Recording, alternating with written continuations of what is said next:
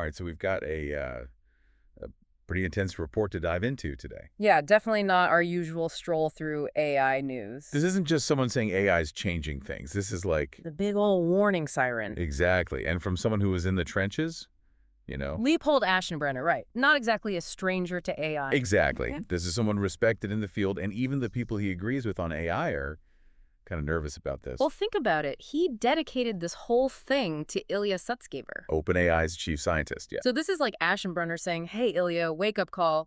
But it's for all of us, really. And what's wild is it's not like he's got secret info he's revealing. No, it's all out there, but it's like he's connecting the dots in a way most people haven't. Giving us that AI situational awareness he keeps talking about. Right? Which, by the way, isn't some vague feeling. He's got a definition and everything. For those who haven't had a chance to read it yet, what's the quick version? Imagine an AI that doesn't just process info, but gets where it fits in the grand scheme of things. Like it understands the context of the world. Not just understands, but can predict outcomes, make strategies, adapt on the fly. So like way beyond just playing chess better than us. Way beyond. Think more like a grandmaster chess player who can also predict the weather, the stock market, and what you're having for dinner. And Aschenbrenner saying this is right around the corner. 2027 is his estimate, which in AI years is basically tomorrow. No kidding. So how does he get there? The report starts with how fast AI has been learning, especially with GPT, everyone's favorite chatbot. Yeah, and to explain just how huge these leaps have been, he uses this idea of orders of magnitude. Most people miss how big a deal that is. Oh, hands. Right. So it's not just a little bit better. It's a whole different ballpark. Exactly. Like, remember GPT-2 back in 2019? Cute, but not exactly writing a novel. It was basically a toddler figuring out how to string words together.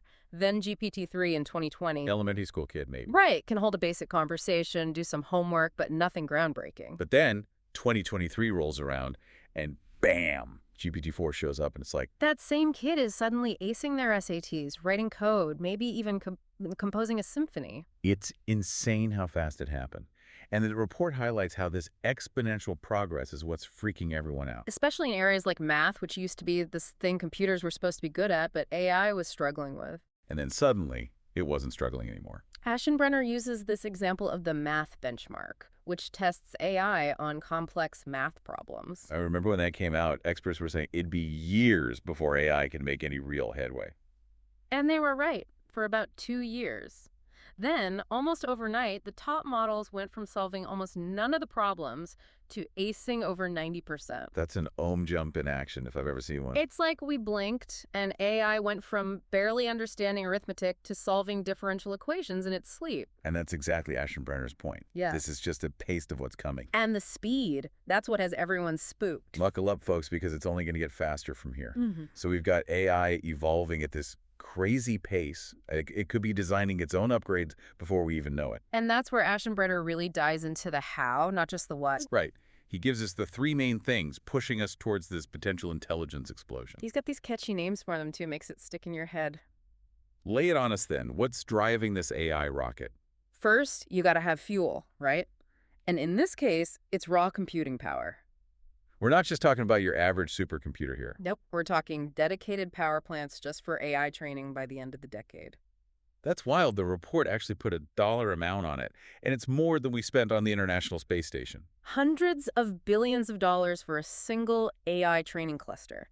But that's where the demand's headed. Doubling every year, if I remember correctly. Yep, it's like we're strapping bigger and bigger engines onto this rocket, whether we're ready or not. Okay, so we've got the fuel, the raw power, but even with all that energy, you need something to make it go. Exactly, that's where the engine comes in. Algorithmic efficiency. It's like getting more miles per gallon, but for intelligence. Think back to that math benchmark we were talking about. The one where AI suddenly became a math whiz. That's the one. Aschenbrenner points out that in just 2 years, the cost of getting the same level of accuracy on that benchmark dropped by a factor of 1,000. 1,000. So we're doing the same thing, but with a tiny fraction of the resources. That's the name of the game. Now imagine that kind of efficiency applied across the board to all areas of AI. Okay, so we've got the fuel, massive computing power, we've got the engine, algorithms getting smarter and more efficient every day. What's the third piece? Aschenbrenner called it unhobbling, and this is where it gets really interesting. Unhobbling.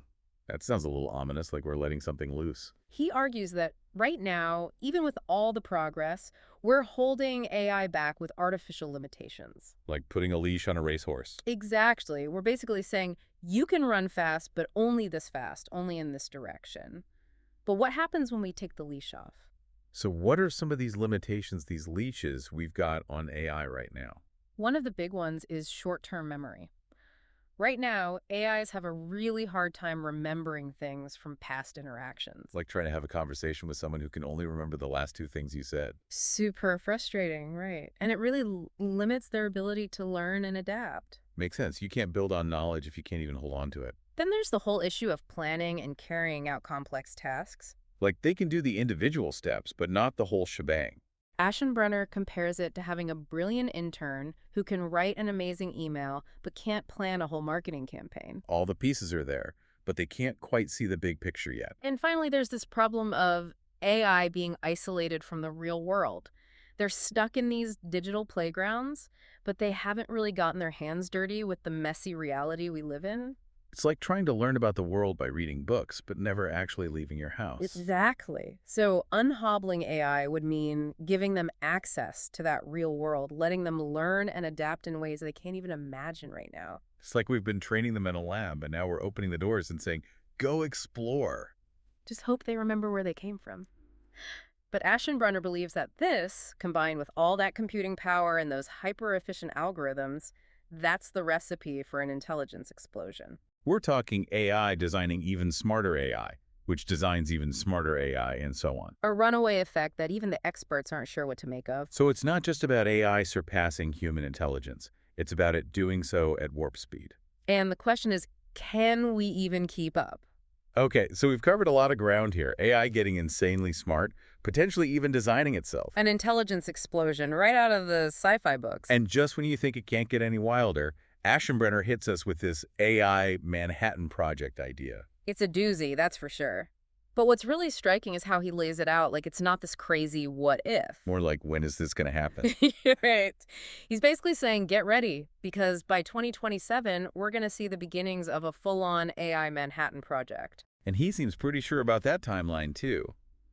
So what makes him think governments are going to jump into the AI development game in such a big way? Well, for starters, the potential impact of this tech is just too big to ignore. We're not talking about slightly better smartphones here. We're talking about reshaping the entire world. Imagine AI automating whole industries overnight.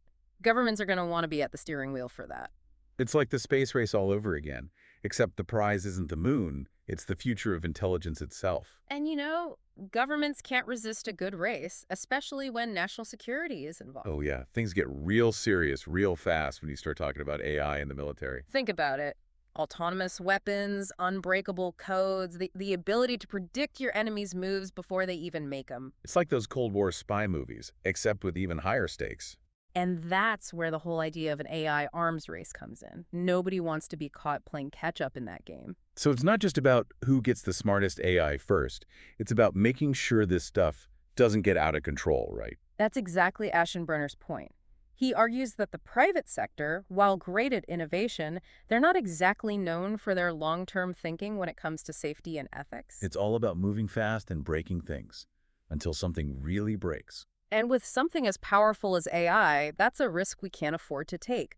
So Aschenbrenner argues that we need some kind of global effort, bringing together the best minds, the most powerful governments, to set some ground rules. Kind of like hitting the pause button on the AI free-for-all, figure out how to steer this thing in the right direction before it's too late. Precisely. Now, of course, not everyone's going to love the Manhattan Project comparison. Yeah, it's got some baggage, to say the least. All that secrecy, the focus on weapons.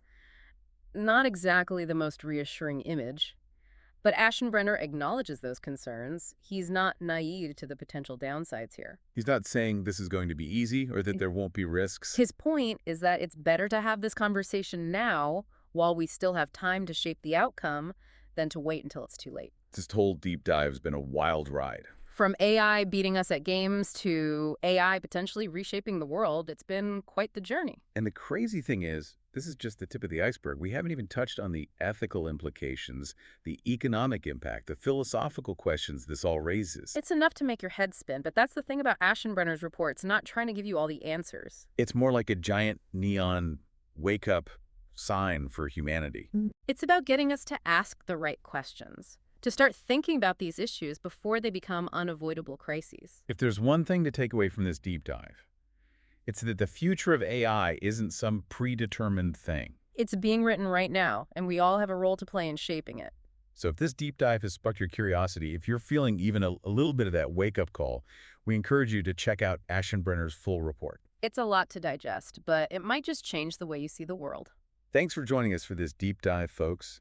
Until next time, stay curious, stay informed, and stay engaged, because the future of AI is waiting for no one.